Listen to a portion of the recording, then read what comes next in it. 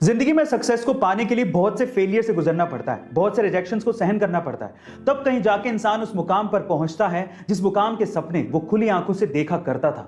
कुछ ऐसा ही हुआ जुबिन नौटियाल के साथ। आज से ठीक 10 साल पहले सन 2011 में जुबिन नौटियाल एक्स फैक्टर नामक एक टैलेंट शो में ऑडिशन देने के लिए पहुंचे थे, लेकिन शायद वो उनका दिन नहीं था। वो बहुत ज्यादा नर्वस थे, इस वजह से वो उस लेवल का परफॉर्म नहीं कर पाए जिस लेवल की उनसे उम्मीद थी, और इसी वजह से सोनू निगम ने उन्हें रिजेक्ट कर दिया।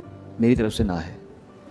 लेकिन उन्होंने रिजेक्शन को पॉजिटिवली लिया, अपनी आवाज पे काम किया, रियाज किया, बहुत मेहनत की, और तब कहीं जाके वो उस मुकाम पर पहुंच गए हैं जहां पर आज उन्हें किसी इंट्रोडक्शन की जरूरत नहीं है। उनकी आवाज का जादू सर चढ़कर बोल रहा है। गाइस, क्या आप भी जुबिन की आवाज को उतना ही पसंद करते हैं जितना कि हम? कमेंट सेक्शन में जरूर लिखेगा, और ऐसे अमेजिंग वीडियोस के लिए शेयर, सब्सक्राइब एंड लाइक। मिलता है अगली वीडियो में।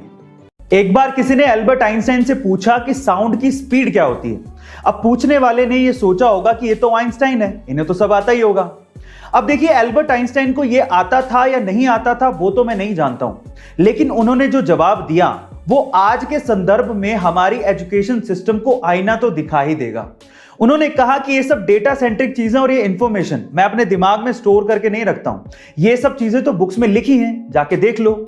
इनफैक्ट उसके बाद जो उन्होंने कहा वो आपको सुनना चाहिए। उन्होंने कहा कि हमारी एजुकेशन को भी ऐसा नहीं होना चाहिए जिसमें हमें चीजों को रटना सिखाया जाए, बल्कि हमारी एजुकेशन को ऐसा होना चाहिए जिसमें हम अपने दिमाग को ट्रेन कर सके कि सोचा कैसे जाता है। गाइस, आप आइंस्टाइन की इस बात से कितना इत्तेफाक रखते हैं कमेंट सेक्शन में जरूर लिखेगा, और ऐसे अमेजिंग वीडियोस के लिए शेयर, सब्सक्राइब एंड लाइक। मिलता है अगली वीडियो में।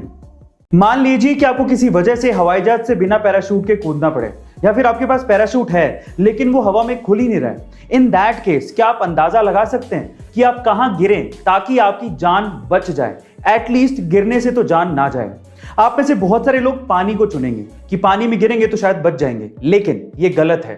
पानी में गिरना उतना ही खतरनाक है जितना कि कंक्रीट की जमीन पर गिरना, क्योंकि पानी कंक्रीट की जमीन के जैसे कंप्रेस नहीं होता, वहां पर आपके जान जाने का खतरा ज्यादा है।